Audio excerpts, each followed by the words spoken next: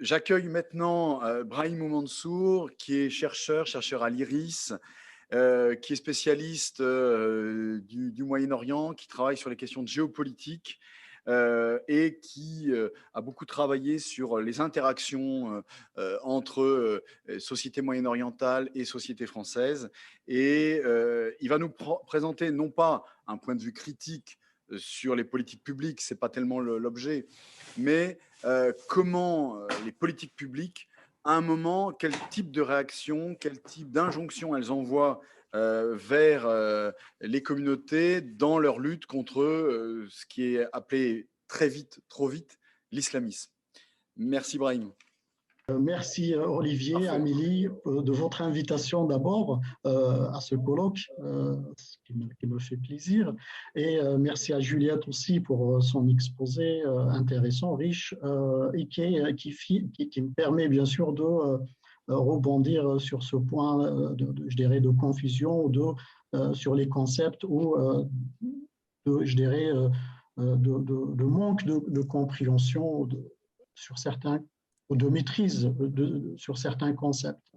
L'idée d'aborder, bien sûr, ce que le titre évoque, les erreurs, bien sûr, des autorités françaises ou dans la réaction, en tout cas, au terrorisme ou à l'islamisme plus généralement, mais aussi à l'islamisme radical en particulier, et voir un petit peu les erreurs, les limites de cette stratégie de lutte contre ce phénomène appelé islamisme radical, mais par raccourci aux confusions, on appelle islamisme, terrorisme, djihadisme également, des termes, donc islamisme radical, djihadisme, qui reviennent souvent pour qualifier en tout cas ce phénomène terroriste, au terrorisme islamiste. Qui représente aujourd'hui une menace réelle, bien sûr, à la fois une menace endogène et exogène, avec bien sûr de nouvelles formes de violence qu'incarne notamment le groupe Daesh et affiliés, et qui ont bien sûr un groupe qui a pu recruter sur le sol français donc des jeunes, au départ partis en Syrie, mais aussi des jeunes recrues, en quelque sorte, qui ont commis des actes, des attentats, des actes terroristes sur le sol français. Et donc une violence qui a profondément marqué la société française. Dans mon propos, j'essaierai bien sûr de mettre l'accent sur cet amalgame qui se construit depuis des années entre islam, islamisme et terrorisme, en évoquant bien sûr le concept de radicalisation. On a construit une perception, j'ai l'impression qu'on a construit une perception des deux premiers, c'est-à-dire sur l'islam et l'islamisme, par le prisme du discours djihadiste. J'essaierai aussi d'évoquer un petit peu les limites de l'approche purement juridico-sécuritaire, pour évoquer à titre d'exemple la loi sur le séparatisme, par exemple, et également évoquer ou aborder ce phénomène de l'islamisme, du djihadisme dans une perspective géopolitique, avec ses enjeux, bien sûr, transnationaux, géopolitiques. Bien sûr, quand on parle d'erreur, je reste humblement conscient que ce phénomène est très complexe, qu'une réponse au terrorisme, au phénomène terroriste est très, ou je dirais, constitue un défi d'ampleur auquel il est difficile d'apporter des solutions satisfaisantes rapidement. Mais pour revenir un petit peu à la question de cet amalgame qui s'effectue entre islam, islamisme et terrorisme, on a quand même l'impression que l'émotion que génère la brutalité et la violence des actes terroristes, comme on a vu avec l'assassinat de Samuel Paty, la plus récente, donc la policière à Rambouillet, Donc tout cela génère bien sûr donc une émotion et qui impose aux autorités des réponses urgentes, rapides, quitte à faire parfois des raccourcis faisant abstraction à la complexité de ce phénomène djihadiste ou terroriste islamiste et sont prises de distance ou bien hiérarchisation des échelles d'importance ou en termes de causalité notamment.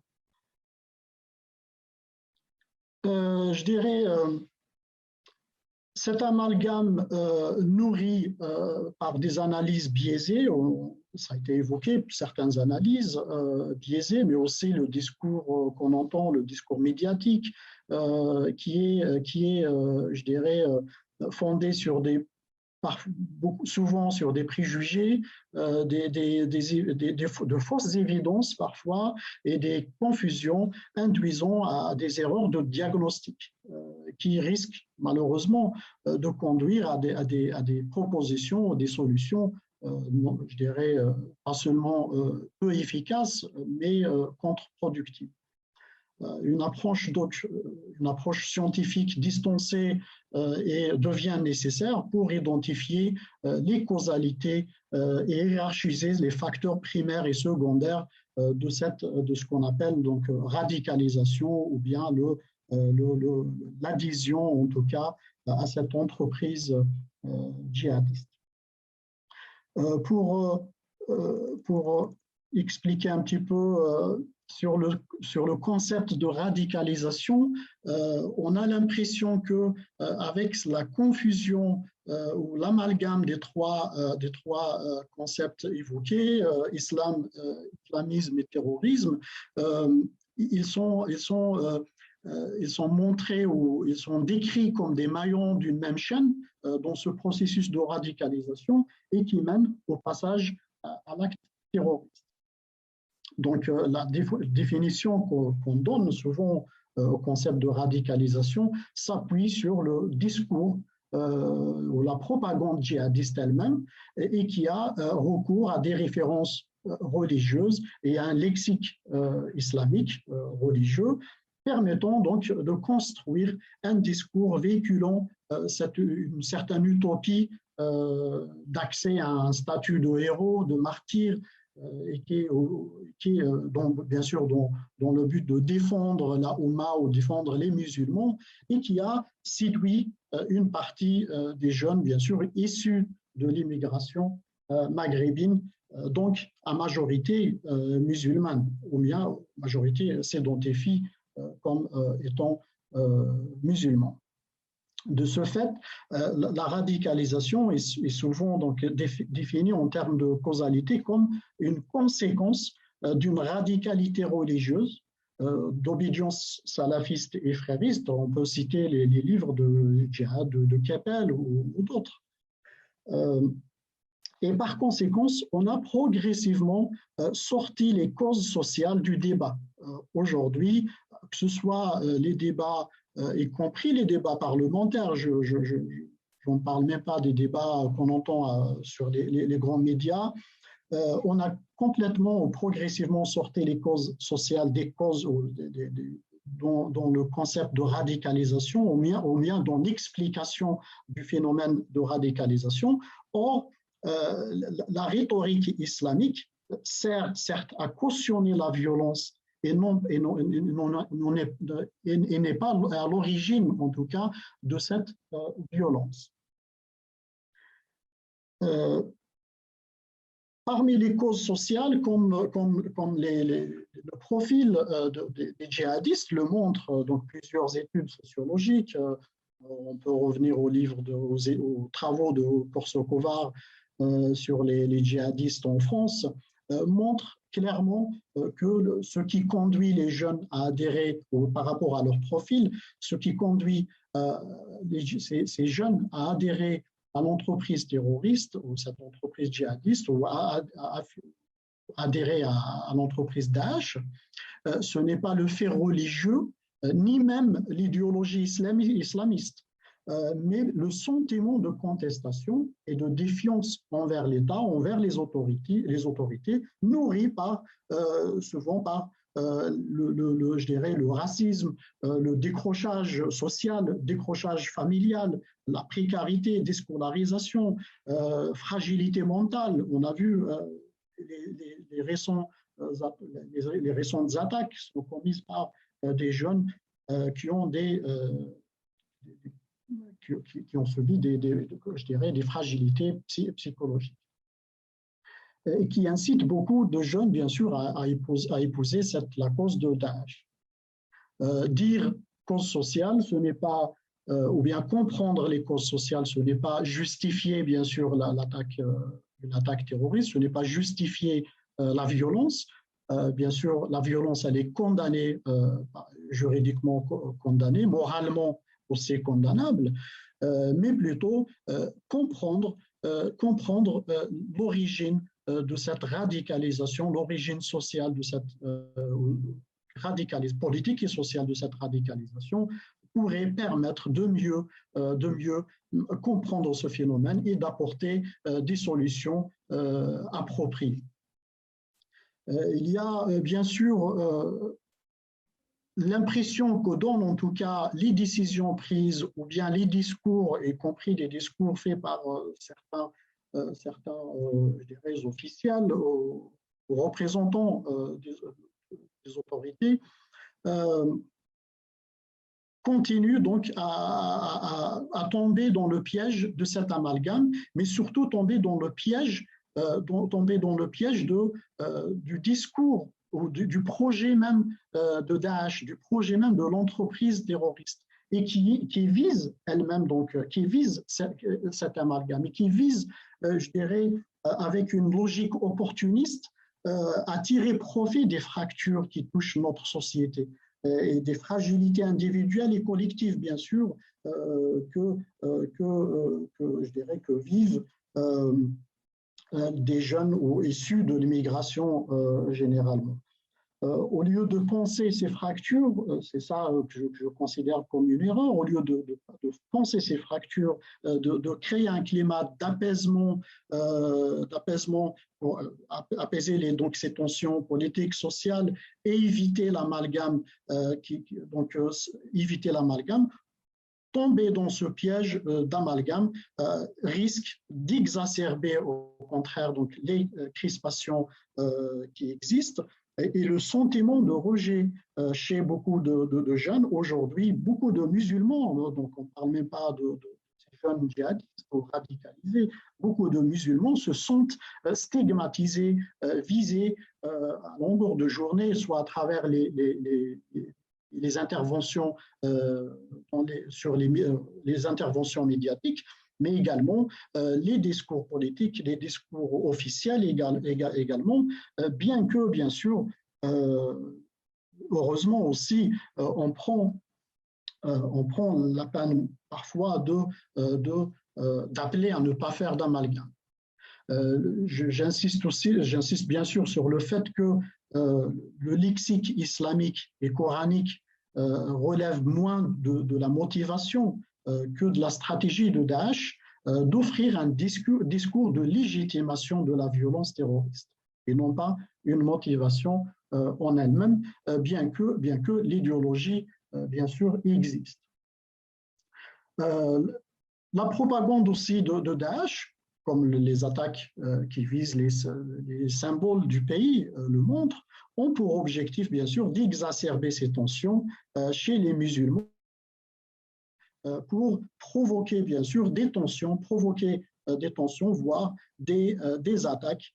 On a vu avec la montée de l'extrême droite et certaines attaques, certaines insultes ou attaques, je dirais, verbales ou agressions verbales ou physiques contre des musulmans.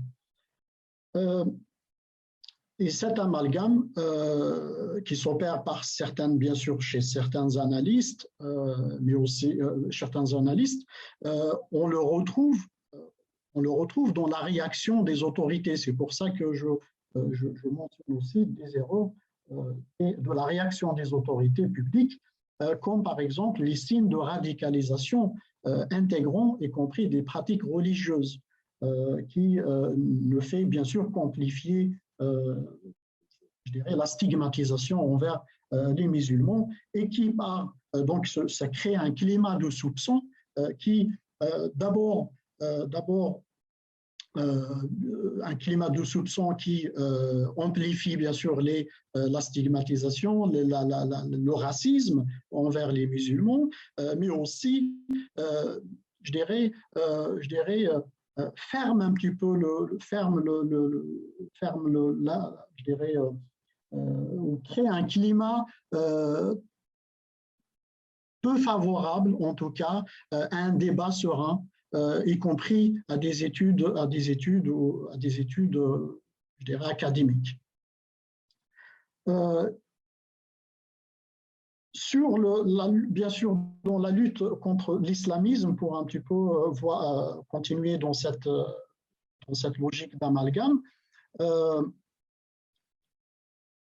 avec le même, je dirais, prisme sécuritaire, on veut lutter contre l'islamisme en tombant encore une fois, en continuant encore une fois, je dirais, en poursuivant en tout cas cette logique d'amalgame entre deux concepts, entre islamisme et terrorisme, islamisme radical et autres. Bien que, bien sûr, il est tout à fait légitime de lutter contre la mouvance islamiste radicale, mais aussi l'islamisme pour deux raisons. L'influence étrangère, on sait très bien que des pays étrangers utilisent du Moyen-Orient, utilisent la mouvance islamiste dans leur je dirais, stratégie de diplomatie religieuse, d'influence, comme on voit à travers les deux obédiences fréristes et salafistes. Il y a aussi donc une mouvance islamiste, au sein de la mouvance islamiste, il y a certaines, je dirais, idées néfastes, idées xénophobes, antisémites, comme dans d'autres, je dirais, comme ailleurs aussi, et qui devraient être, bien sûr, et qui justifient en tout cas je dirais, la lutte contre l'islamisme. Mais la démarche juridique et sécuritaire n'est pas le bon choix, voire elle risque donc d'induire des conséquences, je dirais, contraires. Oui, donc des conséquences contraires. L'islamisme, d'abord, ne constitue pas un mouvement homogène, il est très hétérogène, bien sûr. Il y a certes une forme je dirais, une forme de salafisme en France, par exemple, politiquement motivé par le rejet,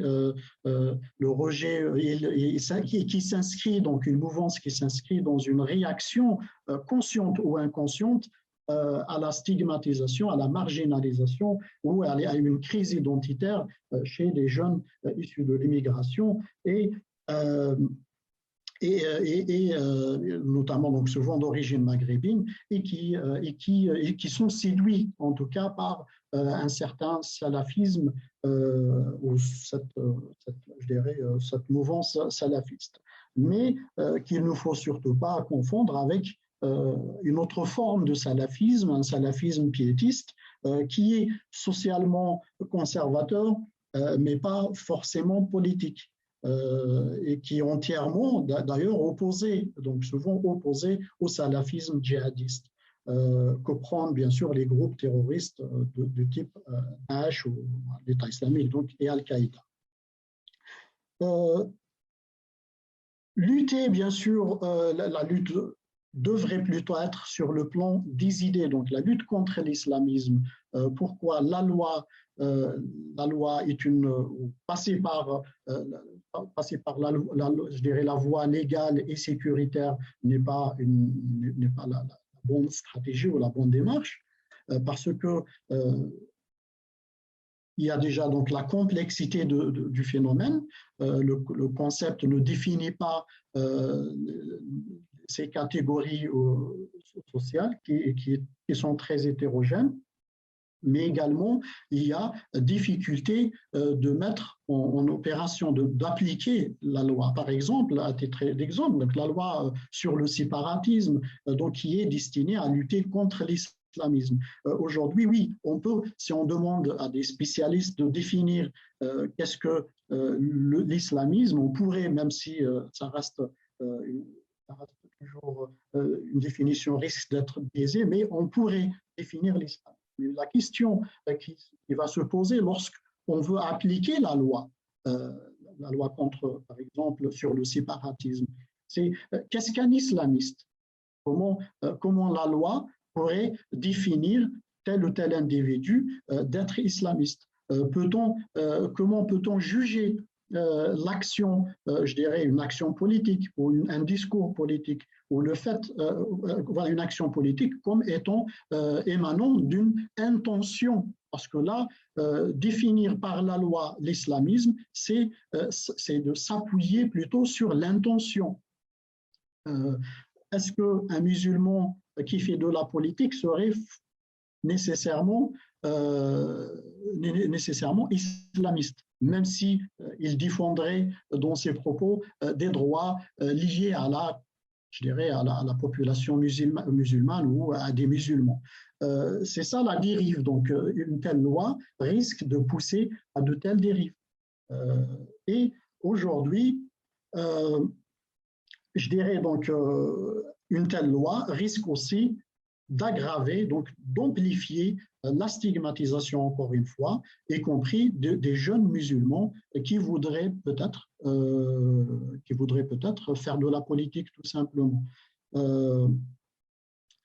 L'autre point que je souhaiterais évoquer concernant donc cette, je dirais, démarche de lutter contre l'islamisme plus généralement, mais aussi l'islamisme radical, c'est cette volonté réitérée à plusieurs reprises, depuis plusieurs années d'abord, d'organiser l'islam de France.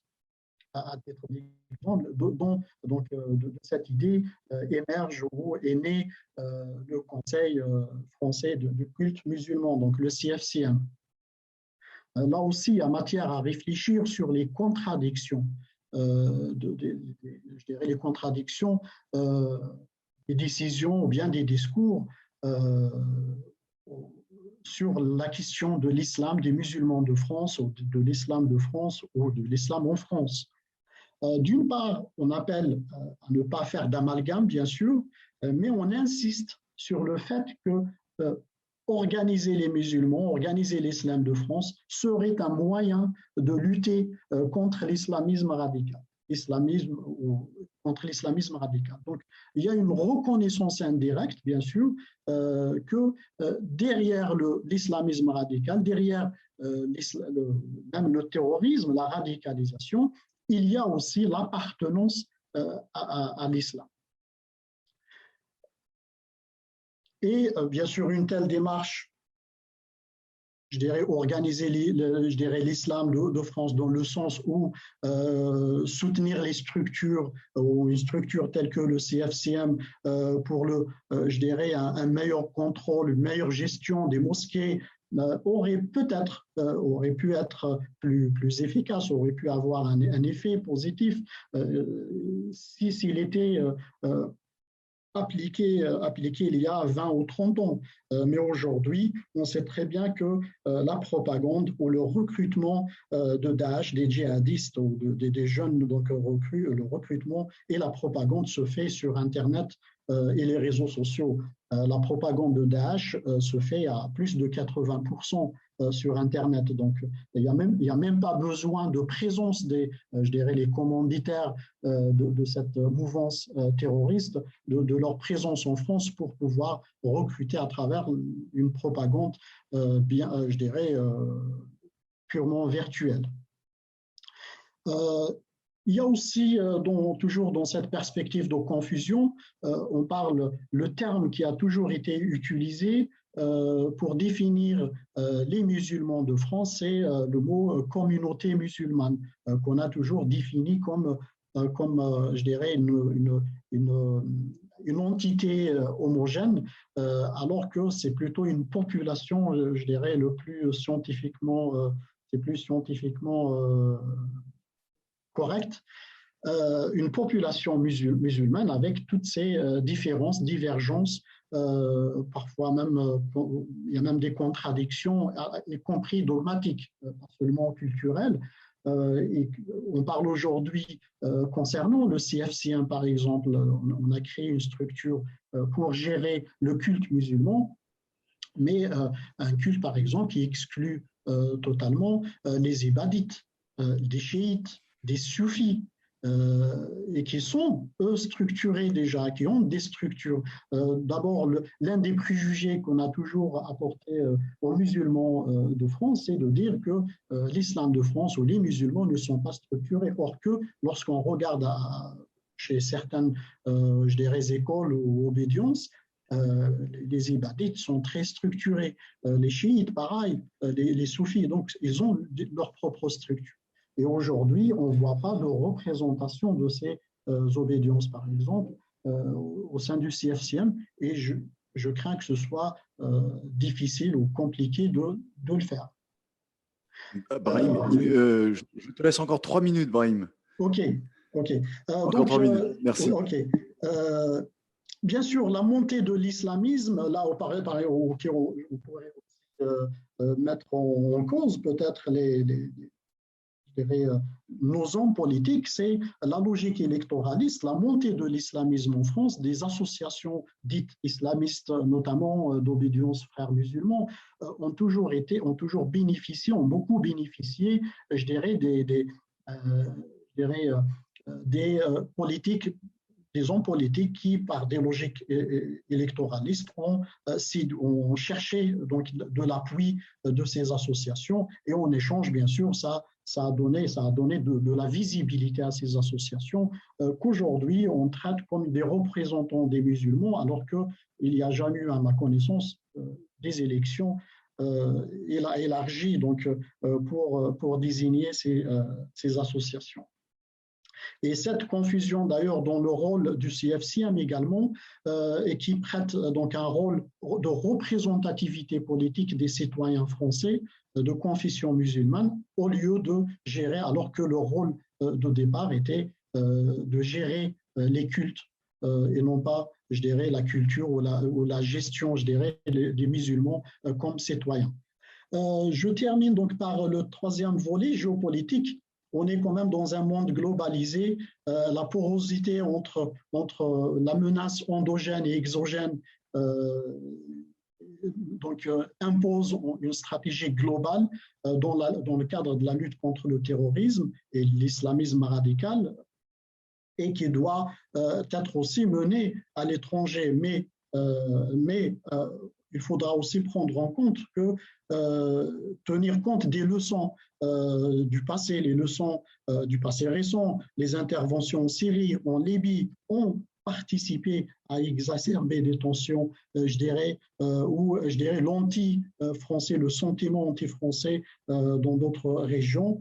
Et la sous-traitance également de l'islam à des pays étrangers, notamment des pays du Golfe, on l'a fait. Pour contrer, bien sûr, il faudra mettre fin, bien sûr, à cette sous-traitance de l'islam par des pays étrangers. Je ne dis pas que c'est un projet facile, mais nécessaire aussi pour éviter les tensions, éviter cette concurrence entre différents pays à travers différentes associations qui s'opèrent bien sûr au sein du pays. Je peux mentionner, juste pour consolider mon argument contre cet amalgame entre islam, parce que certains pourraient se poser des questions. Pourquoi le terrorisme, dès qu'on entend des attentats terroristes, c'est au nom du djihad, au nom de l'islam, au nom des musulmans. Je peux citer deux exemples. Le premier exemple, c'est les 3 pays du Maghreb qui sont très proches, des populations très proches aux populations dont sont issus les citoyens français de confession musulmane. 3 pays, l'Algérie, la Tunisie et le Maroc, en 2011, suite au printemps arabe, donc aux révoltes, et qui a déstabilisé, bien sûr, au départ la Tunisie et plusieurs pays, la Libye, la Syrie et autres. Il y a, les statistiques sont très, très claires, il y a environ 5 à 6 000 Tunisiens partis en Syrie et en Irak, dans le cadre pour rejoindre donc, le groupe État islamique et autres. Au Maroc, il y a environ 2 000. En Algérie, une centaine. Proportionnellement, donc il y a 2 pour 1 million d'habitants en Algérie. Je ne me souviens pas par rapport au Maroc, et en Tunisie, 500 pour 1 million, ce qui est énorme. Qu'est-ce qui explique cela alors que c'est la même population, c'est la même configuration? On pourrait même dire que l'islamisme est beaucoup plus ancré, ou le conservatisme même religieux, beaucoup plus ancré en Algérie et au Maroc qu'en Tunisie, avec l'héritage de Bourguiba et autres.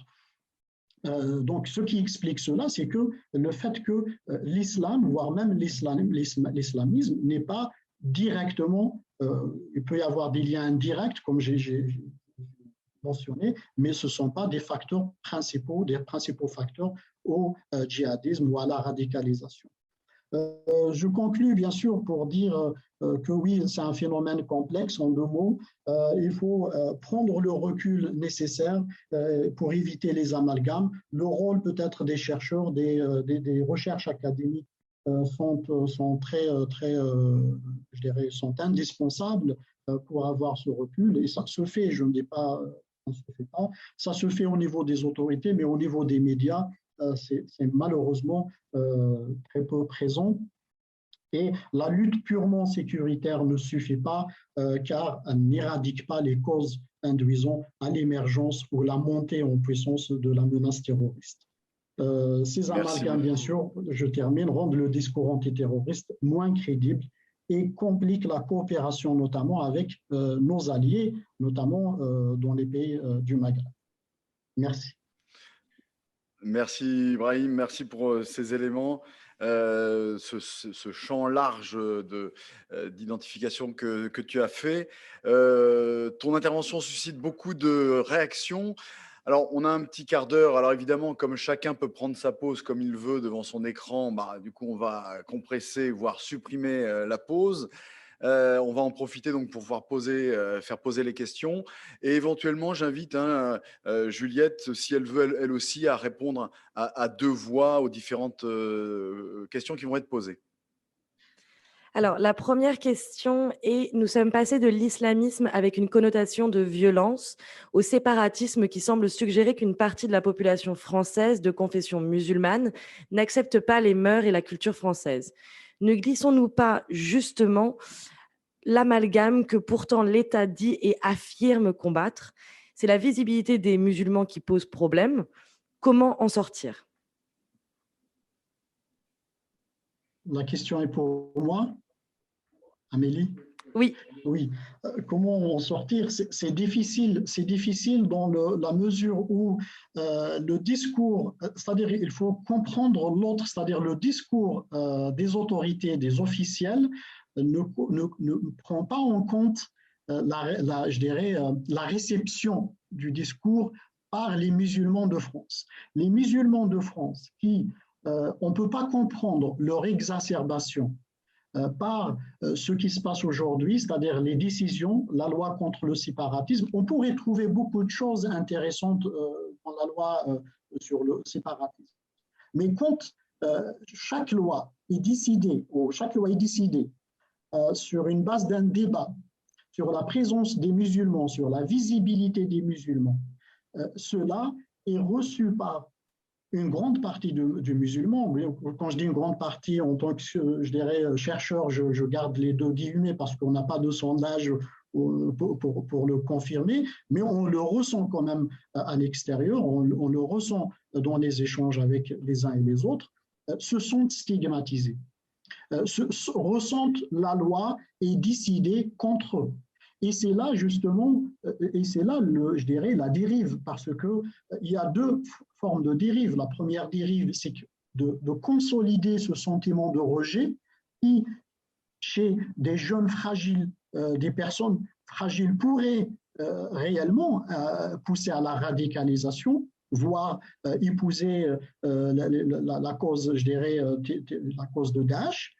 Deuxième dérive, la deuxième dérive, c'est de consolider la stigmatisation du côté, je dirais, des non-musulmans. Des non-musulmans qui, par la suite, oui, si le débat s'appuie sur la présence, la visibilité des musulmans, cela confirme pour certains le fait que, oui, le problème, c'est la présence des musulmans. C'est parce que sur une vingtaine d'années, toutes les lois qui ont été votées sur le voile, sur d'autres sujets, indiquent au moins à une partie de musulmans qu'ils sont directement visés. Et c'est là la contradiction, bien sûr, par rapport au discours qui appelle à ne pas faire d'amalgame. Ça crée cette contradiction et ça renforce la confusion. Maintenant, les solutions, il y a un débat d'idées. Il fallait plutôt instaurer un débat d'idées. Ouvrir le débat, c'est-à-dire au moment où on devrait plutôt ouvrir, je dirais, ouvrir le débat aux musulmans, les appelant à donner, c'est-à-dire à écouter, au moins, à écouter cette, je dirais, à écouter en tout cas la réaction des musulmans, l'avis des musulmans, ce qu'ils pensent de leur présence en France, parce que tout ce qui se passe actuellement, c'est un cheminement long, ça ne date pas d'aujourd'hui, mais ça remonte plus loin, c'est-à-dire toutes les stigmatisations, le racisme, un cumul d'échecs social, la précarité, et qui est parfois lié à la stigmatisation, lié au racisme, à l'emploi par exemple. Il y a des études qui prouvent que oui, à l'emploi, il y a des stigmatisations, il y a une discrimination. C'est-à-dire, au lieu d'apporter des réponses à cela, on est en train de les, je dirais, de les amplifier. Et Juliette, qu'est-ce que vous en pensez? Oui, merci pour la question et merci pour votre exposé, Monsieur Mansour. Peut-être que je vais essayer de redire un peu le point que j'essayais d'avancer, c'est-à-dire qu'il faut éviter de tomber dans l'écueil de l'absence et de la surprésence. Donc de dire l'islam n'est rien et l'islam est tout. Et donc, c'est très important, évidemment, dans la lutte contre le terrorisme, d'analyser le corpus des idées théologiques qui circulent pour justifier ce terrorisme. Et je pense que tous les travaux de Gilles Kepel ont un intérêt dans ce sens, puisqu'il analyse les travaux d'idéologues djihadistes qui théorisent une idée du djihad. Et donc, c'est très important. Tout ce qu'a fait Oliviane en introduction sur l'évolution de la notion de blasphème et comment elle a pu être aussi utilisée à des fins politiques, c'est très important de retracer ça. Maintenant, les idées ne tuent pas des gens. C'est les gens qui tuent des gens. Et donc, il faut comprendre comment ces idées, à un moment, entrent en résonance avec des parcours de vie et conduisent à un passage à l'action, en fait. Et c'est ça qui nous manque, en fait, dans les approches type radicalisation ou type séparatisme, qui se concentrent uniquement sur le religieux et qui ne prêtent pas en compte l'environnement social. Et donc, en fait, si on veut vraiment lutter contre la violence politique, c'est vraiment une approche holistique qu'il faut avoir en prenant en cause les causes sociales et politiques. Et je pense que M. Mansour l'a très bien dit. Et un des enjeux, c'est l'expérience des discriminations, qui est un enjeu démocratique majeur aujourd'hui en France. Pour prendre un exemple, il y a une étude récente de l'Institut Montaigne qui a fait une enquête par testing, donc en envoyant des CV de différents candidats à des entreprises, et ils avaient pris des CV de candidats qui sont tous d'origine libanaise, mais certains ont des prénoms à consonance catholique, Nathalie et Michel, d'autres des prénoms à consonance juive, Esther et Dove, et enfin d'autres des prénoms à consonance musulmane, Samira et Mohamed. Et donc ils sont tous d'origine libanaise, mais avec des religions différentes, et l'enquête met en évidence l'existence d'une discrimination à raison de la religion qui est majeure, puisque les candidats musulmans ont 2 fois moins de chances d'être appelés pour un entretien que les candidats catholiques, et quand on se concentre uniquement sur les hommes musulmans, c'est 4 fois moins. Donc, les hommes musulmans ont 4 fois moins de chances d'être appelés pour un entretien que les hommes catholiques. Donc, il y a une mise en évidence c'est pas nouveau, hein, ça fait longtemps que les chercheurs ont pointé ça. C'est un enjeu démocratique majeur et il faut aussi une politique publique très volontariste de lutte contre les discriminations si on veut réussir à refaire société. Et d'ailleurs, pour aller dans ton sens, ce qui est frappant, c'est que, évidemment, dans les pays musulmans, il n'y a pas cette stigmatisation que tu viens d'identifier pour la France ou l'Europe. Or, dans les pays musulmans, il y a ces phénomènes de violence. Et donc, quand on cherche les causes, on les trouve très souvent dans les questions d'échec de l'État. Échec d'un État redistributeur, échec d'un État avec un minimum de justice sociale, sans même parler d'État démocratique, mais sans parler d'un modèle vraiment très, très européen de politique et d'organisation politique. L'échec de l'État est majeur. Échec de l'État irakien. Alors, il n'a pas échoué tout seul, hein, on l'a aidé évidemment en 2003. Et c'est l'ensemble de ces échecs qui, dans les pays musulmans, aboutissent non pas à des phénomènes de stigmatisation vis-à-vis des musulmans, mais à l'échec de la société. Et très souvent, on le voit, le réflexe de l'État failli dans un grand nombre de pays musulmans, c'est de surjouer, comme tu le dis, la carte de la religiosité, la carte de l'islamité, parce que ça vous donne au moins en apparence, sur l'écume de ce qu'est un État, vous donne une certaine crédibilité, alors que ce qui fait au fond l'État, notamment la redistribution, en fait, est un échec.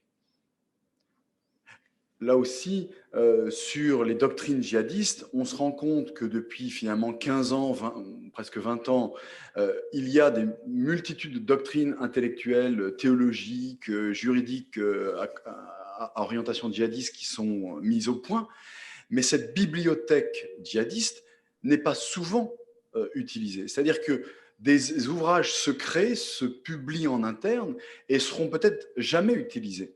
Alors, en 2020, enfin 2018, 2020, on a repéré que, notamment Gestion de la barbarie, écrit en 2003, Appel à la résistance islamique mondiale, écrit en 2004, avait été utilisé par Daesh. Mais on a une multitude d'ouvrages qui sont déjà écrits et dont on ne se servira peut-être jamais. Et donc, vous avez une pensée des courants djihadistes qui circule, mais qui n'a pas toujours d'effet. Et qu'est-ce qui la rend performative? C'est qu'à un moment, il y a un contexte. S'il n'y a pas un contexte qui fait qu'on va aller chercher le bon manuel écrit il y a 10 ans qui répond exactement à la situation qu'on vit à l'heure actuelle, eh bien, ce sont des ouvrages qui restent finalement sur les étagères du monde du petit milieu djihadiste. Il y a donc des contextes. Les idéologies djihadistes sont activées, performées par des contextes sociaux, politiques, etc. Et donc, il ne faut pas confondre les deux. Alors, on a encore beaucoup de questions. Les intervenants peuvent également vous répondre directement par message parce qu'on ne va pas pouvoir toutes les prendre. Mais alors, on a une question qui nous dit « Est-ce que M. Aoun Mansour peut-il citer un exemple récent de pratique de l'islam classée dans les signes de radicalisation par les pouvoirs publics ?» Oui, je le garde de mémoire. Sur le site du ministère, donc sur le site du ministère, on avait cité certaines pratiques, d'ailleurs, dont les interventions médiatiques de certains, je n'ai pas envie de citer les noms, on indique par exemple le fait qu'un employé refuse de serrer la main d'une femme. On peut juger ça abject comme geste, mais le faire tomber sous la loi, ça c'est ça je dirais le vrai danger, le vrai risque. Parce que le risque c'est quoi? C'est que à un moment donné, on pourrait avoir des employeurs qui pourraient abuser de cette loi, abuser de cette, je dirais peut-être même pas une loi, de cette ambiance pour licencier tel ou tel employé, pour refuser de recruter telle ou telle personne. C'est pour ça que je dis c'est un débat d'idées. on peut bien sûr lutter, par exemple, on aurait pu tout simplement consolider des lois déjà existantes. La loi, la laïcité, la loi de la laïcité existe. Il y a des lois qui protègent ou des lois contre l'antisémitisme, contre toute forme de xénophobie, qui pourraient être renforcées. Et là, ce sont des lois et qui ne sont pas, qui ne stigmatisent pas parce elles existent déjà. Et ces lois pourraient être renforcées sans créer un sentiment de stigmatisation chez les musulmans. Et tout en donnant bien sûr la possibilité je dirais, de juger, de lutter contre des dérives en termes de discours ou d'actes, de pratiques qu'on considère contraires aux principes républicains, contraires aux principes de laïcité. On peut rappeler donc tous ces discours antisémites promulgués par certains imams ou à l'extérieur, sur Internet, etc. Tous ces discours sont déjà, je dirais, sous je dirais, sont déjà, comment dirais-je, concernés par des lois antisémites, des lois contre toute forme de xénophobie. Parfait, j'ai encore une question. Pardon, parmi les critères, par exemple, on a évoqué les prières, par exemple. Les prières à l'entreprise, c'est-à-dire ceux qui demandent et exigent la prière à l'entreprise. Donc ça peut venir d'une forme de conservatisme religieux, mais qui n'est pas forcément d'intention politique islamiste, etc. Qu'on pourrait corriger, qu'on pourrait chercher à corriger, mais pas par une démarche sécuritaire ou juridique. Alors, ma dernière question, ça va être pour Juliette. Et c'est une question sur la stigmatisation. Donc, il y a certes une stigmatisation, mais n'y a-t-il pas de la part des musulmans eux-mêmes une volonté d'affichage et de revendication explicite de leur religiosité qui peut choquer la société occidentale ?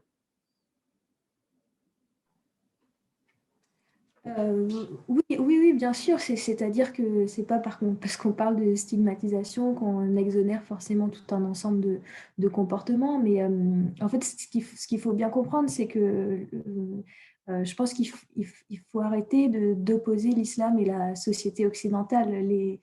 Les musulmans aujourd'hui sont dans leur immense majorité des citoyens français qui sont nés et qui ont grandi ici, donc qui font partie de notre société. Et en tant que membres de notre société, ils ont le droit, c'est dans leur droit constitutionnel de pratiquer librement leur culte.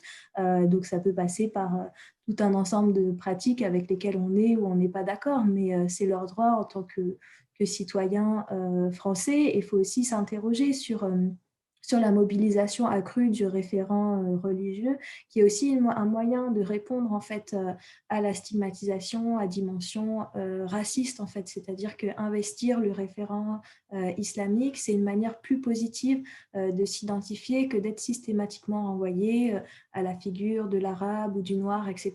Et on le voit très bien dans les deuxièmes générations, voire les troisièmes générations d'immigrés qui ont vraiment investi cette référence à l'islam universel pour se détacher en fait d'assignations raciales qu'ils jugeaient dégradantes en fait à leur égard. Donc, il faut toujours resituer en fait cette mobilisation du référent religieux dans des contextes sociaux. Et oui, il y a une visibilité islamique accrue ces dernières années, qui prend corps dans certains quartiers, mais encore une fois, le droit à la liberté de conscience est respecté en France et à la liberté de pratique aussi. Il est encadré par des lois, mais il n'y a rien là d'illégal en fait.